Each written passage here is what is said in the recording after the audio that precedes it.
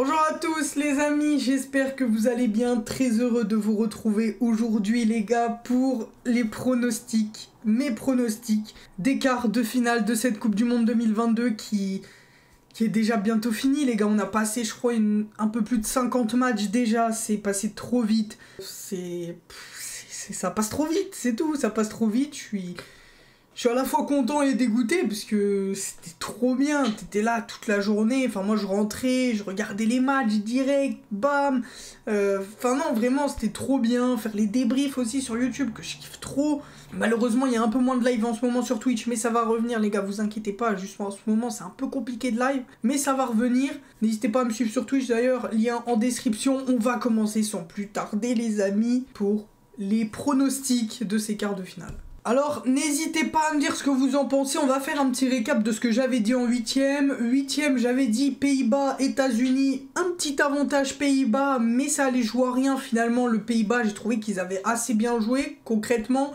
ça a plutôt bien défendu même contre les USA. Argentine, Australie, je m'attendais à un match beaucoup plus dominant de la part de l'Argentine, ça n'a pas été le cas. Enfin, ils ont dominé quand même, mais ils se sont fait peur aussi sur la fin, notamment avec un but contre son camp, qui a remis les Australiens à y croire, tout simplement. Et ouais, l'Argentine qui s'est fait peur en globalité, si on prend la physionomie du match, je pense qu'ils ont assez bien géré leur match. Japon-Croatie, j'avais donné une victoire du Japon, malheureusement ça s'est dessiné au tir au but. Bon bah écoutez, voilà, je pense qu'en globalité c'était un peu un 50-50 ce match. Les deux équipes méritaient pas forcément de gagner, ou les deux équipes méritaient de gagner. C'est pour ça que ça s'est joué au tir au but aussi. Brésil-Corée, bon bah un Brésil qui a largement dominé son sujet, hein. Il n'y a rien de plus à dire, ils ont déroulé tout simplement contre une Corée qui avait envie de jouer, qui jouait haut, mais malheureusement en contre, il y a trop d'espace entre les lignes et c'est trop fort le Brésil en attaque rapide, c'est trop fort. Angleterre-Sénégal, Angleterre qui a gagné, comme je l'avais dit, je m'attendais aussi à un match plus serré, mais j'avoue que ça n'a pas été le cas, quoi. Ça n'a pas été le cas du tout. L'Angleterre a maîtrisé son sujet, a maîtrisé son match. Et non, franchement, rien à dire. Rien à dire pour les Anglais. France-Pologne, comme je l'attendais, une nette domination de la France, comme je l'avais dit, donc parfait. Maroc-Espagne, j'avais donné une petite victoire 1-0 de l'Espagne. Malheureusement, c'est dessiné autrement pour eux, parce qu'ils perdent contre le Maroc au penalty. Et Portugal-Suisse, là, je vais pas faire le mec, les gars. Je m'attendais au Portugal, bien évidemment. Mais je m'attendais pas à ce qu'il déroule autant. Voilà, faut qu'on se le dise, je m'attendais clairement pas à un 6-1, je m'attendais à peut-être 1 ou 2 buts d'écart grand maximum. Là, il y a quand même eu une différence de level. Je pense que la Suisse n'a pas sorti son meilleur match, clairement ils étaient pas dedans. Mais le Portugal a plié le match trop vite avec un Gonzalo Ramos qui est tout simplement incroyable. On va revenir après sur le Portugal. Pour l'instant, parlons de ces quarts de finale maintenant.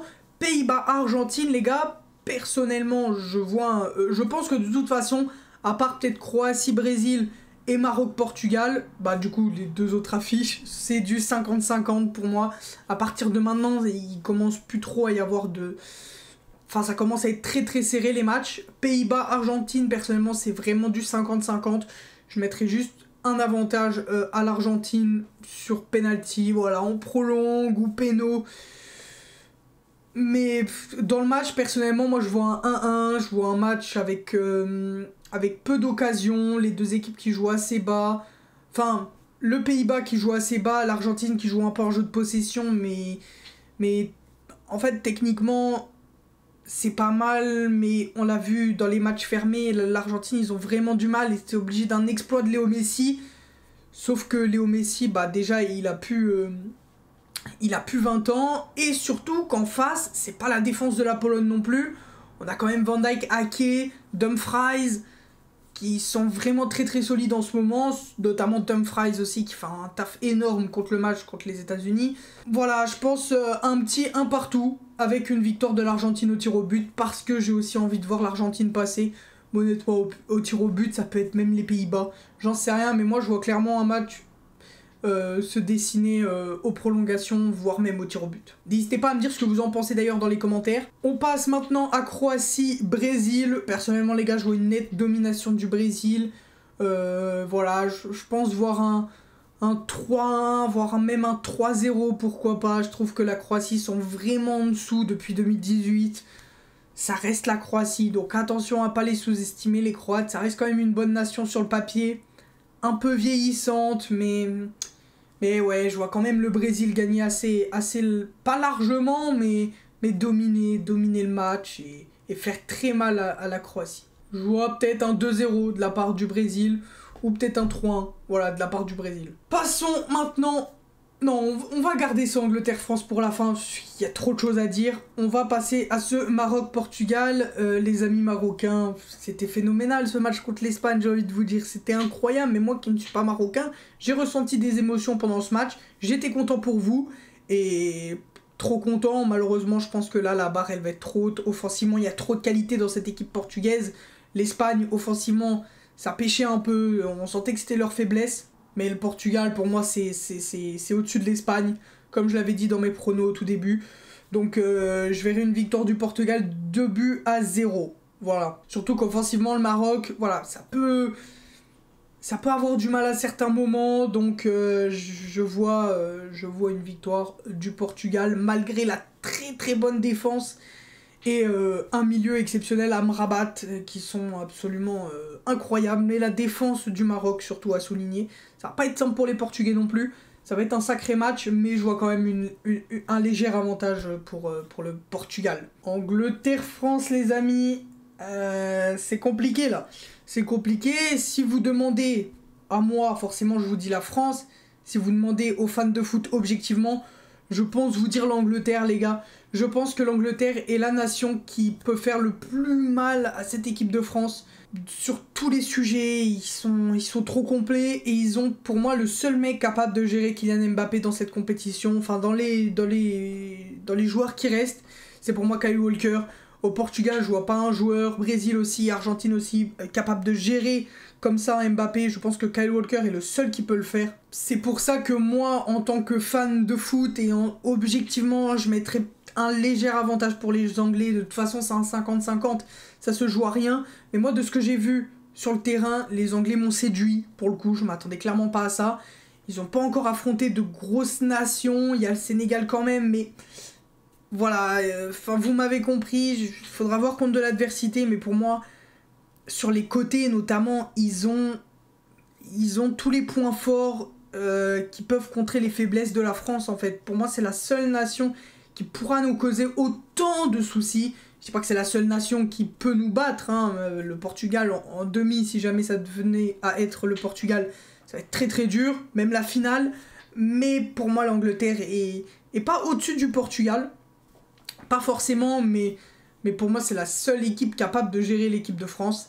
Et notamment sur les côtés, avec un Jules Koundé qui est pas au top de sa forme en ce moment. On sent que ça pêche un peu défensivement.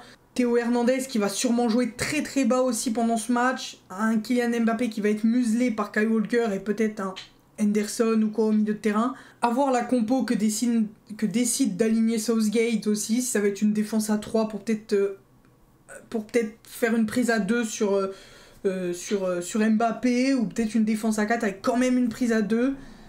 Faudra voir, ça va être une bataille du milieu qui pour moi va être hyper intéressante. Il va y avoir des batailles à tous les étages, hein, enfin partout. Mais pour moi la bataille du milieu va être trop importante. Il va falloir que Rabiot, Griezmann et surtout Rabiot et Griezmann et Tchouaméni aussi soient vraiment à 100%. Va vraiment pas falloir se louper. On l'a vu contre la Pologne, des fois ça pouvait avoir des petits problèmes à la relance, notamment Rabiot, voilà, qui a fait une très bonne deuxième période, et même sa première, moi je l'ai pas trouvé si en dessous que ça. Juste des fois c'est vrai que techniquement ça manquait un peu. Va pas falloir se trouver contre l'Angleterre, ou pas Mécano, va pas falloir avoir des sautes de concentration comme ça. Ça va être ça va être le match de ces quarts de finale, tout simplement, les gars. Si vous demandez à moi, forcément que je vous dis la France, les gars, par je ne sais quel monde, je vais vous dire 2-1 pour la France. Après, si vous me demandez objectivement, je vois peut-être un léger avantage pour l'Angleterre qui, comme je l'ai dit, a toutes les armes pour bousculer cette équipe de France. Mais je crois en mon pays, les gars. Je crois en la France, donc je vais mettre la France quand même, et je m'en bats les couilles d'être objectif. Allez les Bleus, allez les gars, on va gagner. Et franchement, ça serait dingo. Ça serait dingo de gagner. Et puis voilà les gars, n'hésitez pas à me dire vos... D'ailleurs les gars, je tiens à le souligner, dans ma vidéo prono, j'avais ces demi-finales là. Voilà, je le dis, j'avais ces demi-finales là. J'avais pas l'écart, mais j'avais ces demi là. J'avais Argentine-Brésil d'un côté et France-Portugal de l'autre. Et j'avais dit une finale Argentine-Portugal. Pas pour le spectacle, hein, pas pour Messi Ronaldo, mais juste, je sais pas, dans le déroulement, j'ai pas réfléchi et voilà, mais j'espère que la France va aller chercher cette 3e étoile, les gars. Franchement, j'espère fort, vraiment. J'espère qu'on va le faire contre les Anglais. Il y aura un débrief. J'espère un débrief où je suis heureux et pas un débrief triste. Mais j'y crois, les gars. Croyez-y. Allez, les Bleus. Merci à tous ceux qui regardent les vidéos encore une fois. N'hésitez pas à me dire dans les commentaires vos pronostics, les gars. Ça me ferait extrêmement plaisir. Lâchez un petit like aussi, ça ferait plaisir. Je le dis jamais dans les vidéos, mais n'hésitez pas à liker, les gars. Ça me ferait extrêmement plaisir. N'hésitez pas à vous abonner aussi, ça me ferait extrêmement plaisir. Tout me ferait extrêmement plaisir, les gars. Tout ce que vous ferez me ferait extrêmement plaisir. Merci à tous ceux, encore une fois, putain, je me répète, je suis un connard, qui regardent les vidéos. Des bisous, prenez soin de vous. Bye tout le monde.